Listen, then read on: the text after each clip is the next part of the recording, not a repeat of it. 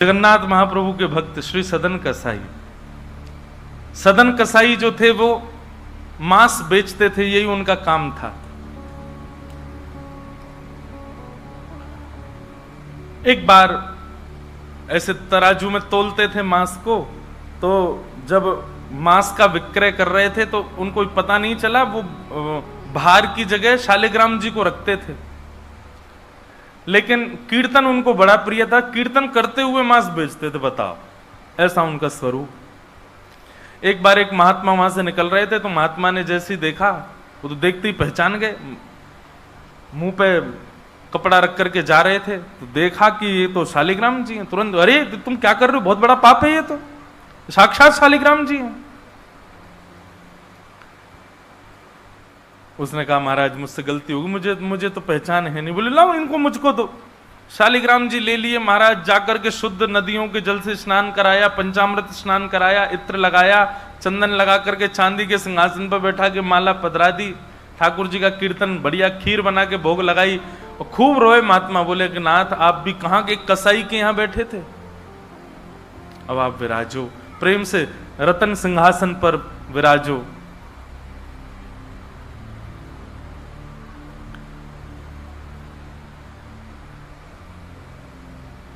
ठाकुर जी विराज गए। रात्रि को महात्मा के स्वप्न में आए और स्वप्न में आकर के बोले सुनो, सुबह होते ही हमको ले जाओ और हमको वो सदन कसाई के पास छोड़ के आओ। महात्मा बोले, वहां प्रभु मांस बेचता है, वो आपको तोलता है, तोलने के लिए भार बना करके रखता है, आप उसके यहां क्या करेंगे? ठाकुर जी कह रहे हैं, हम जितना कह रहे हैं उतना करो बस। बोले, नाथ ये तो वेद विरुद्ध हो जाएगा, ये तो शास्त्र विरुद्ध हो जाएगा, मैं आपको कैसे वहां छोड़ के आ सकता हूं? आपको वहां क्या सुख मिल रहा है? वो शुद्ध नहीं, पवित्र नहीं, उसका स्थान अच्छा नहीं। मांस विक्रय करने वाला व्यक्ति, महापापी व्यक्ति, वहां क्यों जाना है आपको? ठाकुर जी बोले, कहीं पर हमको स्नान करने में सुख मिलता है, कहीं हमको सिंहासन पर बैठने में सुख मिलता है, कहीं भोजन करने में सुख मिलता है, कहीं माला पहनने में सुख मिलता है। सदन कसाई के हमको लुढ़कने में सुख मिलता है। उसके तराजू में जब वो तराजू से तोलता है तो हम इधर उधर लोटपोट होते हैं, हमको उसमें बहुत आनंद आता है। हमको छोड़ के आओ उसके पास ही। और वो मांस विक्रय करता है, चलो जो भी है, लेकिन जब उसके यहाँ तोला जाता है और वो तोलते समय हम लुढ़कते हैं तो वो कीर्तन गाता है, वो मुझे बहुत अच्छा लगता है। मुझे उसके पास छोड़ के आओ। न जाने कौन से गुण पर दयानिधि रीझ जाते।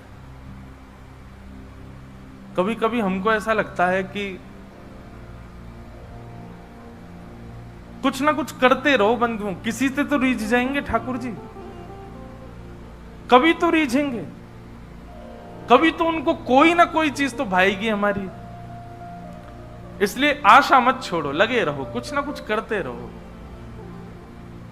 पर एक बात, चतुराई से नहीं, जान करके नहीं, बिना जाने भोले बनकर, सहज बनकर के करते रहो। ना जाने किस भाव से रीझ जाए। सदन कसाई के पास महात्मा वापस आ गए और आकर के शालिग्राम जी देने। सदन कसाई बोलो, नाथ यहां क्यों ले आए इनको दोबारा? यहां तो मांस बिकता हूं मैं, बहुत गंदा स्थान है ये। बोले, धरो इनको अपने पास ही। ठाकुर जी रात में स्वप्न में आकर के कह के गए कि उनको तुम्हारे संग ही रहना है। मुझे कथा पढ़ते समय लग रहा था, सदन कसाई की क्या स्थिति हुई होगी जब महात्मा ने कहा कि ठाकुर जी ने स्वप्न में आके कहा कि उनको तुम्हारे पास ही रहना है। हाथ पांव कांपने लगे, नेत्रों से अश्रुधार गिरने लगे सदन कसाई के। मन में विचार करते हुए कहता है कि मैं इतना पापी, इतना गंदा इंसान, और ये ठाकुर जी मुझसे मिलने के लिए मेरे पास चले आए। मैं इनके लिए इतना भी नहीं कर सकता कि ये दूषित काम ना करूं। ज्यादा से ज्यादा क्या होगा, भोजन ही तो नहीं मिलेगा मुझे, धन ही तो नहीं कमाऊंगा, लेकिन इससे बड़ा और धन क्या चाहिए कि ठाकुर जी मेरे से मिलने के लिए व्याकुल हो रहे हैं। उसी समय सदन कसाई ने अपनी दुकान बेच दी, सब काम बंद कर दिए और बस अपने ठाकुर जी के लिए जीवन जीने लगा। आप मुझसे मिलने के लिए तड़प रहे थे नाथ, अब मैं तड़पूंगा आपसे मिलने के लिए, मैं आऊंगा आपसे मिलने के लिए। और निकल पड़े सदन कसाई जगन्नाथपुरी की ओर। पूछा लोगों से, कहां है पुरी? लोगों ने दिशा बता दी। बोले वहीं विराज रहे हैं जगत के नाथ, वहीं विराज रहे हैं साक्षात नंदन नंदन। एक बात बताएं बंधुओं, सतयुग, त्रेता, द्वापर, कलयुग, 4 युग हैं। सतयुग के पूज्य ठाकुर जी, अर्चनीय ठाकुर जी हैं श्री बद्रीनाथ भगवान। सतयुग के जितने भी लोग हैं उनकी मनोकामना पूर्ति हो, उनकी सिद्धि पूर्ति हो, उनकी अर्चना का केंद्र हो, उनकी साधना का केंद्र वो बद्रीनाथ ही है। इसलिए बद्रीनाथ जब जाते हैं तो वहां हमको सामान्य कलयुगी व्यक्ति वहां रुक नहीं पाता ज्यादा दिन। एक प्रैक्टिकल है, अगर आप बद्रीनाथ में ज्यादा टिक नहीं पा रहे हो तो इसका मतलब है कि आप पूर्ण रूपेण कलयुग ने आपको जकड़ रखा है। वो लोग बुरा ना माने जो लोग बेचारे नहीं रुक पाते वहां पे। भले चाहे कुछ हो, ऑक्सीजन कम हो जाएगी, ब्लड प्रेशर हाई हो जाएगा, सांस नहीं आएगी। और महाराज कई लोगों को मैंने देखा है, अपना अनुभव किया है, बद्रीनाथ जाते हैं कमरा में घुसे नहीं कि उनको पता नहीं क्या ऐसा हुआ पकड़ लेता, वो दर्शन तक नहीं जा पाते। वो बस एक ही रट लगाते हैं, हमको वापस भेजो, हमको वापस भेजो, हम रुक नहीं पाएंगे यहां पे। तो बद्रीनाथ जो है ये सतयुग का स्थान है, सतयुग का धाम है, सतयुग के लोगों का पूजा का, अर्चना का केंद्र है। त्रेता का स्थान है श्रीरंगम और रामेश्वरम। श्री राम जी के अर्चनीय ठाकुर जी हैं श्री रंगनाथ भगवान, शेष शैया पर जो ऐसे पौड़े हैं। श्रीरंगम त्रिचिरापल्ली में, कावेरी के तट पर, वहां पर श्रीरंगम, ये त्रेता के ठाकुर जी हैं। और द्वापर का तीर्थ है द्वारिका। द्वारिकाधीश ये द्वापर के ठाकुर जी हैं। द्वापर के लोगों के अर्चना के और पूजा के, साधना के, मनोकामना पूर्ति के केंद्र के स्थान श्री द्वारिकाधीश। और कलयुग के अर्चनीय ठाकुर जी हैं श्री जगन्नाथ महाप्रभु, श्री जगन्नाथ महाप्रभु। इसलिए आपको कहीं कहीं कलयुग दिख जाएगा जगन्नाथपुरी में। चले जाओ बीच साइड पे, ऐसा लगेगा दूसरा गोवा है क्या, कहीं कहीं। क्यों? आपको कलयुग में जैसा स्वभाव का व्यक्ति होता है वैसे हर स्वभाव का व्यक्ति आपको जगन्नाथपुरी में जरूर मिलेगा। खाने पीने वाला भी मिल जाएगा, बाकी के सब व्यसन करने वाला भी आपको जगन्नाथपुरी में जरूर मिलेगा। और श्री जगन्नाथ महाप्रभु उन पर भी कृपा करते हैं क्योंकि कलयुग के ठाकुर जी। एक बार किसी के मन में संशय उत्पन्न हुआ कि जगन्नाथपुरी जैसे तीर्थ में, धाम में ये सब कैसे? ठाकुर जी बोले तुमको तो अभी दिख रहा है, आगामी समय में तो इससे भी बुरा हाल होने वाला है, मुझे तब भी कृपा करनी पड़ेगी। तो कलयुग के ठाकुर जी हैं महाप्रभु जगन्नाथ जी। सदन कसाई निकल पड़ा जगन्नाथपुरी की यात्रा पर।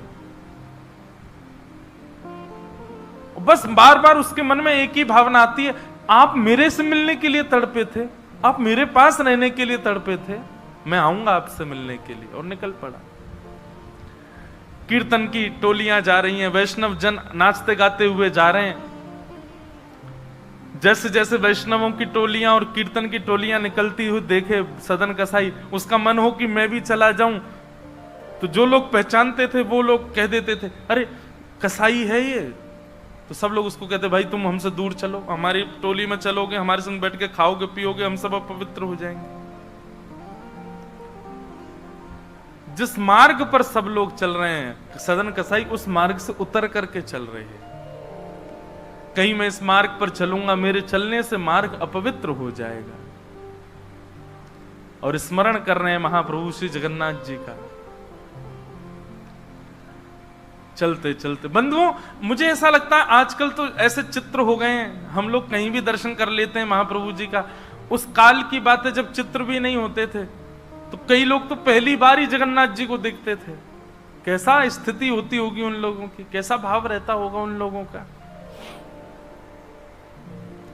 सदन कसाई चलते जा रहे हैं, एक मार्ग से उतर करके चल रहे हैं, निष्ठुर मार्ग पर चल रहे हैं और बस स्मरण कर रहे हैं श्री जगन्नाथ महाप्रभु का।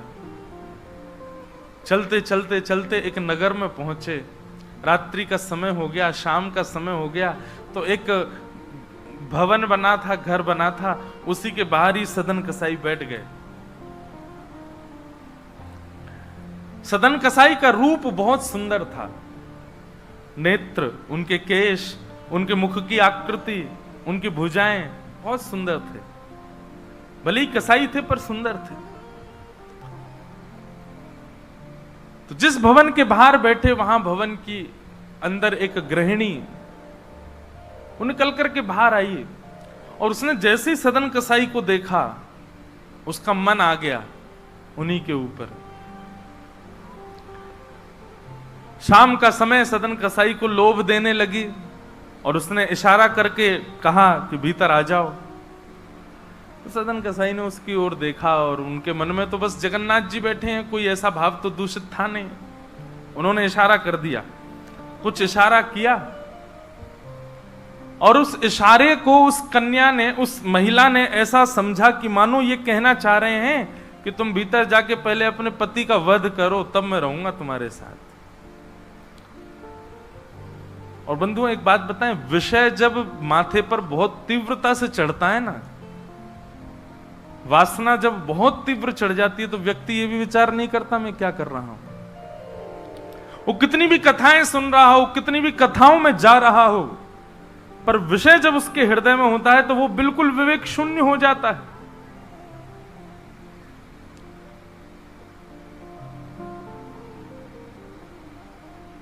विषयों का मतलब, विषय भोगने से पाप कम लगता है, पर विषय जब सिर पर हावी होता है तो उस समय जो हम विवेक शून्य हो जाते हैं, उससे पाप ज्यादा लगता है हमको। विषय हावी हो गया उस माता के, भीतर जाके उसने अपने पति का वध कर दिया, मार दिया। और बाहर आकर के सदन कसाई से कहा, अब तो चलो, मैंने अपने पति को मार दिया, चलो मैं और तुम ब्याह कर लेते हैं। सदन कसाई बोला, देवी ये तेने कहा किया, मैंने तो नहीं कहा था कि तुम मारो। बोले, हो तुम झूठ बोलते हो, तुमने ही तो कहा था कि उसका वध कर दो तब रहूंगा। अब तुम्हारे पास एक ही रास्ता, या तो मेरे साथ रहो, नहीं तो मैं सबको बता दूंगी कि तुमने मेरे पति को मरवाया है। पर जिनके हृदय में श्री ठाकुर जी विराजमान है, उनको अन्य किसी के लोभ की इच्छा नहीं होती। उन्होंने कहा, ज्यादा से ज्यादा मार दोगी मुझको और क्या, बदनामी होगी, सब होगा, लेकिन मैं अपनी स्थिति से नहीं हट सकता। और उन्होंने अस्वीकार किया। हुआ वही, उसने हल्ला मचा करके सबको इकट्ठा कर दिया, मेरे पति को इसने मरवा दिया और ये आदि आदि सब कर दिया। सदन कसाई को बंदी बना करके राजा के सामने प्रकट कर दिया। सब लोग आगे खिसक जाओ थोड़े थोड़े, पर कथा सुनना मत छोड़ो, कथा सुनते सुनते खिसक के आओ। सब लोग बैठ जाओ, यहाँ आगे जितनी जगह बैठ जाओ, आ जाओ। हाँ, खूब जगह है, आप लोगों को हम देखेंगे, बस नाक, आज नार में बाम लगा लेना शाम। बैठ जाओ, देखो कितनी जगह हो गई पीछे। बोलो वृंदावन बिहारी लाल की। चल ना रहे हैं ऐसा लग रहा है। तो सदन कसाई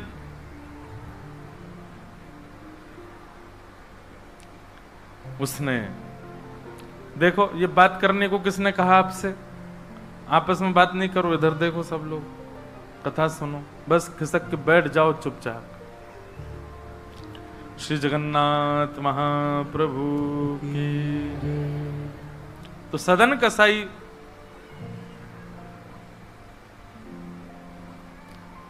राजा के यहां उसको प्रस्तुत कर दिया, बंदी बना दिया। और बंदी बना करके कहा कि आप स्वीकार करते हैं कि आपने ये अपराध किया है इनके पति को मारने का। सदन कसाई कुछ नहीं बोला।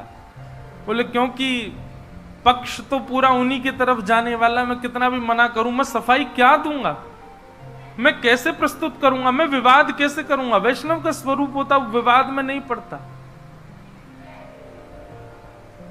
वो चुपचाप खड़े रहे, बस मुस्कुराते रहे। बोले अब सत्य तो ठाकुर जी जानते हैं, मैं अब आपको कैसे बताऊं कि मैंने नहीं किया। मैं कहूं कि मैंने नहीं किया तो मेरे पास कोई प्रमाण नहीं है ना देने का कि मैंने नहीं किया। और प्रमाण देने के लिए, इकट्ठा करने के लिए, इतने प्रपंच में पढ़ने के लिए मैं नहीं निकला हूं। मैं तो जगन्नाथ जी से मिलने के लिए। आपको जो दंड देना है, बस मृत्यु दंड मत देना, बाकी जो दंड देना है दे दो, मुझे जगन्नाथ जी का दर्शन करना है।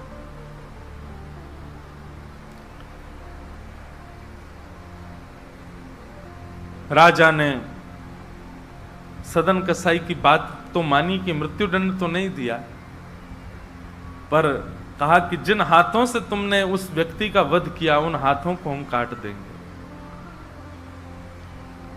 सदन कसाई बोले मैंने एक बार एक कथा में सुना है कि श्री जगन्नाथ जी की भी भुजा नहीं है, लो काट दो।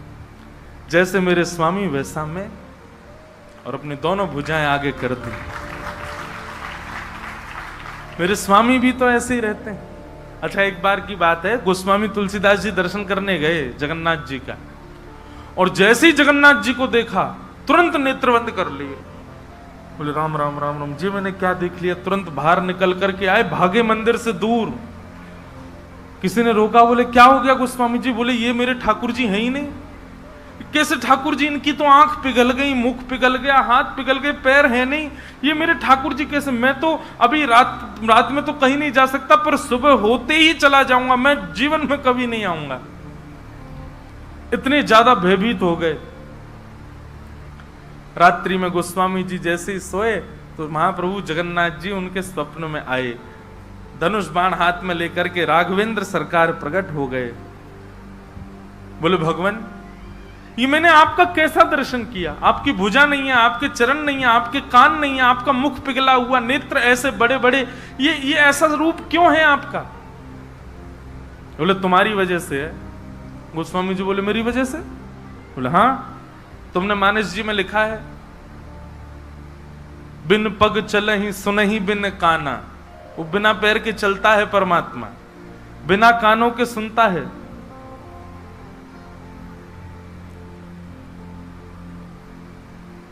निज कृत कर्म करहु विधि नाना। बिना हस्त कमल के कई सारे काम कर देता है। अब आपके पास दो ही तरीके हैं, या तो हमारे इस रूप को स्वीकार करो, नहीं तो चौपाई को जाके मिटा दो मानस जी से। तब गोस्वामी जी को भेद पता चला। जय हो भगवान, क्षमा करो मुझे, मैं तो आपके रूप को जान ही नहीं पाया। तो अगले दिन दर्शन करने गए, तब वही रूप, बिन पग चलहि, बिना पैर के चलते हैं। और ऐसे कोई दुनिया का ठाकुर नहीं चलता जैसे जगन्नाथ जी चलते हैं।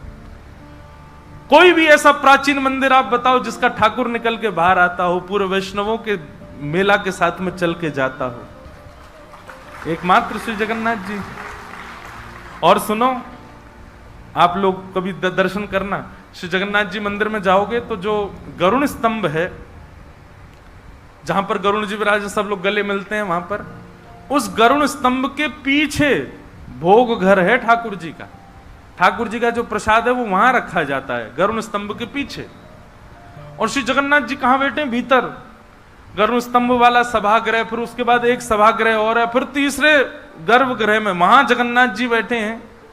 मतलब जगन्नाथ जी से और जगन्नाथ जी का जो भोग घर है, जहां पर भोग रखा जाता है, वो कितना दूर है? 1 2 3 तीसरी बेड़ी पार करके है। और आप कभी भी देखना, महाप्रसाद का भोग वहीं लगता है। ठाकुर जी को इतनी दूर रखा जाता है भोग, क्यों? बोले महाप्रसाद रखने के बाद में, और मंदिर जब बंद हो जाता है थोड़ी बहुत देर के लिए, हम खुला भी रहे, वैष्णव दर्शन करें, भोग घर का किवाड़ खोल देते हैं। इतनी दूर से ठाकुर जी कैसे भोग लगाते हैं? बोले आजान बाहु है ना, ऐसे भुजा करके ऐसे भोग लगाते हैं ठाकुर जी, लंबी लंबी भुजाओं से, अपनी भुजाओं से भोग लगाते हैं। तो बिना हाथों के सब क्रिया कर रहे हैं, बिना कानों के सुन रहे हैं, बिना पैरों के चल रहे हैं। सदन कसाई ने अपने दोनों हाथ आगे किए और राजा के दूतों ने उनके हाथ काट दिए।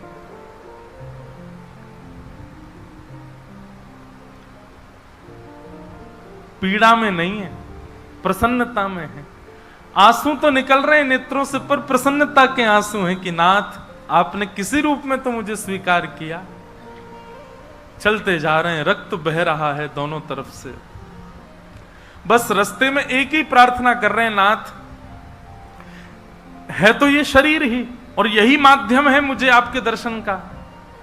इसमें जो ये पीड़ा हुई है, जो रक्त संचार हो रहा, रक्त जो निकल रहा है, बस इससे केवल ठाकुर जी इतना रक्त बचने देना भीतर कि मैं जगन्नाथपुरी पहुंच जाऊं, आपका दर्शन कर लूं, उससे पहले मेरे प्राण ना निकल जाए।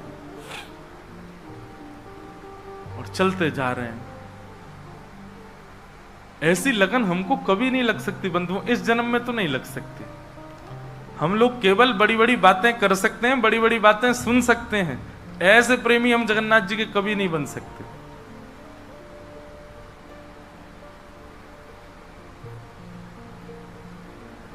अरे हमारा कोई छोटा सा काम बिगड़ जाए तो हम जगन्नाथपुरी ना जाएं? अरे महाप्रभु जी ने तो मेरा ये काम बिगड़वा दिया। यहां तो हाथ पांव कटवा देते हैं वैष्णव ठाकुर जी से मिलने के लिए। सदन कसाई जैसे ही श्री क्षेत्र में उन्होंने प्रवेश किया और जैसे ही प्रवेश किया ब्रह्म वेदी पर श्री जगन्नाथ जी झूमने लगे। पुजारियों ने जाकर के कहा, महाप्रभु जी आज्ञा करें, आप इतने प्रसन्न क्यों हैं? बोले मेरा एक भक्त आया है, वो बेचारा बहुत कष्ट में है, आप लोग तुरंत पालकी लेकर के जाइए और उसको लेकर के आइए यहां पर। पुजारी सब पालकी लेकर के दौड़े और पुरी में प्रवेश कर रहे वैष्णवों से पूछने, अरे भैया महाप्रभु जी का कोई भक्त आया है क्या? महाप्रभु जी ने पालकी भेजी है उसको ले जाने के लिए। महाप्रभु जी आज बड़े प्रसन्न हैं, उनका कोई परम वैष्णव भक्त आया है। तो सदन कसाई ने जैसे ये बात सुनी कि पुजारी हल्ला कर रहे हैं कोई बहुत बड़ा भक्त आया है, महाप्रभु जी ने उसके लिए पालकी भेजी, तो सदन कसाई इतने खुश हो गए, बोले आज ठाकुर जी के दर्शन तो होंगे, उनके एक प्रिय भक्त के भी दर्शन हो जाएंगे, कितना मेरा सौभाग्य होगा। और रही बात, मैं तो बहुत बड़ा पापी हूं, मैं तो रास्ता भर यही सोचता आ रहा था कि मैंने इतना पाप किया, इतना मांस बेचा है जानवरों का, महाप्रभु जी पता नहीं मुझसे नाराज होंगे, पर आज लगता है कोई परम वैष्णव भक्त आया तो महाप्रभु जी का मूड बढ़िया होगा, आज प्रसन्न होंगे। तो प्रसन्न मुद्रा में ठाकुर जी बैठे होंगे, तब मैं दर्शन करूंगा तो मेरे सारे अपराधों को क्षमा कर देंगे। वहां तो भीड़ लग गई पालकी के पास में, बोले हम हैं परम भक्त, और वो सदन कसाई दूर ही खड़े हैं। बोले इनमें से कोई होगा जो पालकी में बैठेगा, आज पहले उसको प्रणाम करूंगा फिर महाप्रभु जी को करूंगा। वहां तो इतनी भीड़ लग गई कि पंडा पुजारी पालकी लेके जान बचा के भागे वहां से, क्योंकि सबको लगता है कि हमसे बड़ा भक्त तो कोई है ही नहीं। पालकी खाली लौट करके आ गई। महाप्रभु जगन्नाथ जी बोले तुम खाली आ गए, लेके नहीं आए उनको?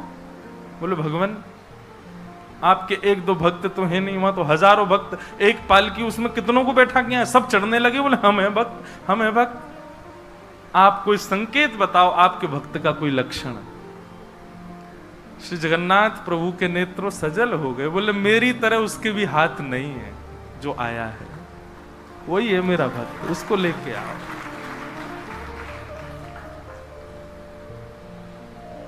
पुजारी पालकी लेकर के दोबारा गए, देखा तो जब श्री क्षेत्र आया ना, तो श्री क्षेत्र आते ही अब सदन कसाई चल करके नहीं जा रहे हैं, दंडवत करते हैं, लेट जाते हैं और फिर लेट करके उठते हैं, फिर आगे बढ़ के फिर लेटते हैं, फिर उठते हैं, दंडवती परिक्रमा की तरह भीतर जा रहे हैं। उसमें भी भुजा नहीं है उनके पास में, लेटते हैं तो उठते कैसे हैं ये देखने पर ही लोगों का हृदय द्रवित हो जाता है, और किसी से सहायता नहीं लेते। वो तो दूर चल रहे हैं ना, उस मार्ग पर ही नहीं चल रहे जहां सब चल रहे हैं। बोले कि मैं चलूंगा तो अपवित्र हो जाएगा मार्ग।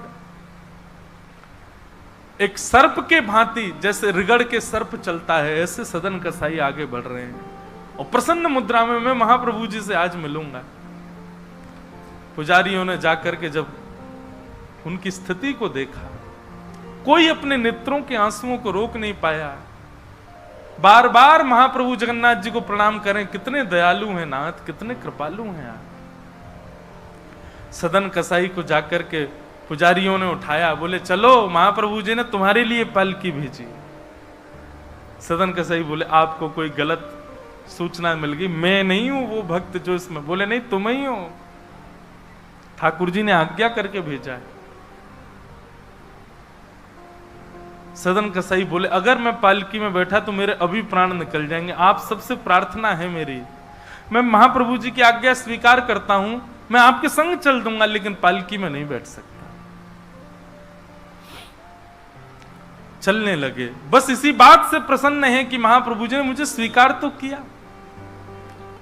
और जैसे ही सिंह द्वार पर पहुंचे और दंडवत करते ही जैसे ही श्री पतित पावन भगवान सिंध द्वार पर ही पतित पावन भगवान है, बाहर ही उनका दर्शन हो जाता है।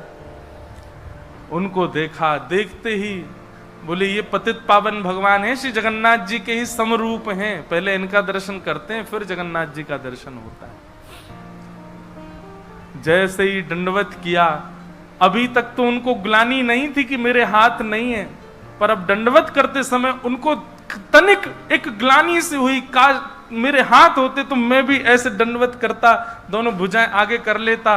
और इस भाव से जैसे जो शेष भुजा थे थोड़े से उनको आगे करके रुदन करने लगे सदन कसाई, इतने में ही उनके भुजा निकल करके आ गई और ठाकुर जी ने भुजा प्रदान करके उनके दंडवत को स्वीकार किया। श्री जगन्नाथ महाप्रभु की। ऐसे महाबाहो, ऐसे हमारे महाप्रभु श्री जगन्नाथ।